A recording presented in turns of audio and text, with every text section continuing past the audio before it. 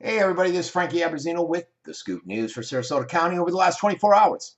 Let's see, we'll start off in Venice. They had a city council meeting with S&J Properties and Sorrento Ranches where the two parties came to an agreement on how they should move forward. So the city council said that's good enough for us and voted 6-1 to allow the zoning, which was put in place in 2008, to change and allow for an extra 100 apartments. Some strange things, though. Essentially, Mayor Hawk came out and said, well, what this means is that it's going to lower apartment costs down. I don't understand that because his philosophy is we're building more apartments, so it's going to get cheaper out there, more affordable. And he said maybe not entry-level apartments, but more for firefighters and registered nurses. Basically, I think the level that I looked at and some statistics, not with this council, is if you're making 72,000. So not necessarily the people that are looking for the real affordable houses or that are being impacted significantly. They just use that as an excuse to move forward with more growth and development that this council tends to push. All right, now let's go over to the county. The county had their own issue with the comp plan, and this is something actually the city of Venice is looking at too, revising their 10-year plan, and that's why that whole mayoral race is pretty controversial. The county said that we're coming in, and they fended off criticism about development, and the leaders unanimously endorsed a comprehensive plan for the next decade, basically for growth. They say, hey, we're just updating the county's goals and objectives. Many county administrators and commissioners defended the new plan, basically saying there's safeguards against overdevelopment.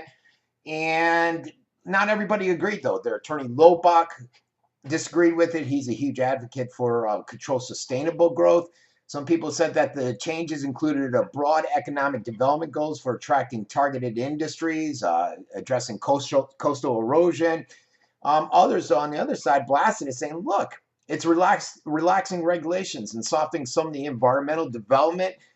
They're concerned about not companies or developers not needing to look at traffic impact anymore. So there's a lot of concerns out there, and it looks like a great day for developers and those that are pushing for an aggressive growth out there in Sarasota County.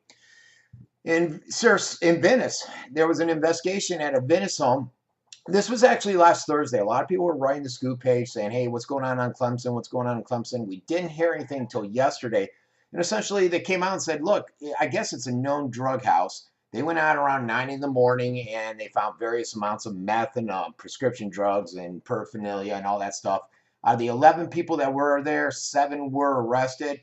Again, it's a known drug house. Everybody knows about it. And I believe all 7 have already bailed out. That's the way it goes. It's crazy. There was a vehicle accident today on Lower Road. Bay Flight had to come in. And basically, crews were out there working this accident. They said a pedestrian was hit about 1 p.m. But I'm hearing, when I posted the article on the Scoop, on my Venice Scoop page, I've heard that there was actually somebody on a motorcycle. So again, I'm not sure of the exact story. We do know the person was airlifted. They said he was conscious, but not really moving. Inglewood and Sarasota. Inglewood Helping Hands has incorporated into a partnering program with All Face Food Bank, and they're going to offer families Thanksgiving dinner. They do this every year. Families who qualify through All Face Food Bank Pantry can are invited to go down and receive a 12 to 14 pound frozen turkey, mashed potato stuffings, all the fixings. You got to sign up though, and basically you can contact Brian Seeley at bseeley at allfacefoodbank.org or 941-549-8155. The deadline to sign up for the dinner is October 31st, so you only have a few days. Salvation Army in Sarasota is working hard to provide more help for the homeless community, according to WWSB. On Wednesday, the organization was holding a meeting where officials plan to discuss the Quality Life Center in Fort Myers, and they basically hope to add 60 additional beds, which is good. So that's always a good thing when we can help out some of the homeless people.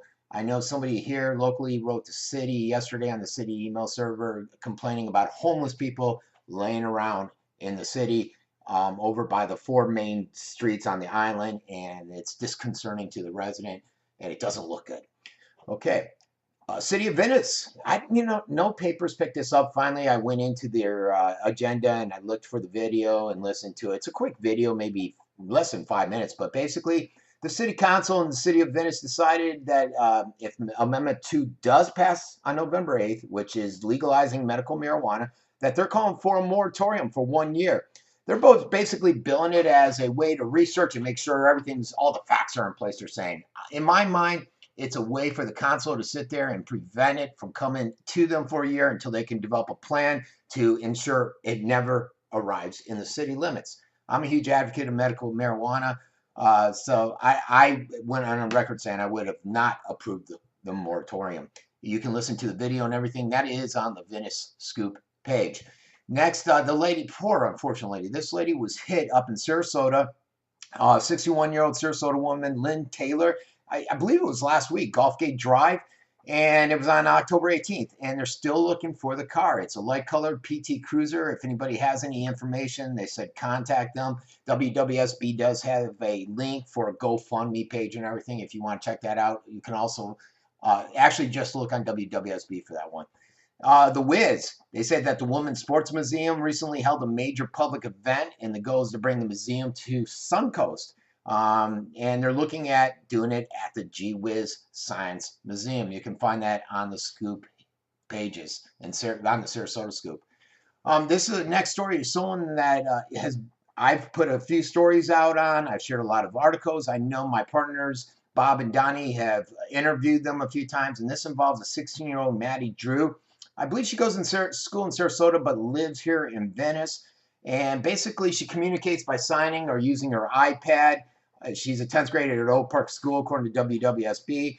And basically, they were fighting for her not to have to take the Florida Standard Alternative Assessment Test. And I know this family went through a lot of difficulties and challenges. They finally brought Morganson on with the ACLU president, and she was fighting for their rights on this. And finally, the state of Florida came through and said, all right, we're going to waive it because, yeah, we agree basically that one size doesn't fit all and we were wrong, blah, blah, blah.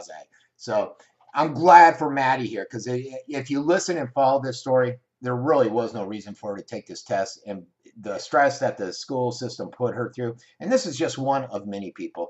So I know they have a group out there. I wish I could remember the name of it.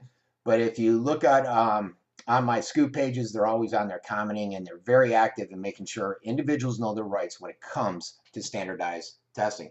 All right, everybody, this has been Frankie Abbruzzino with the local Scoop for Sarasota County over the last 24 hours. Everybody have a great day.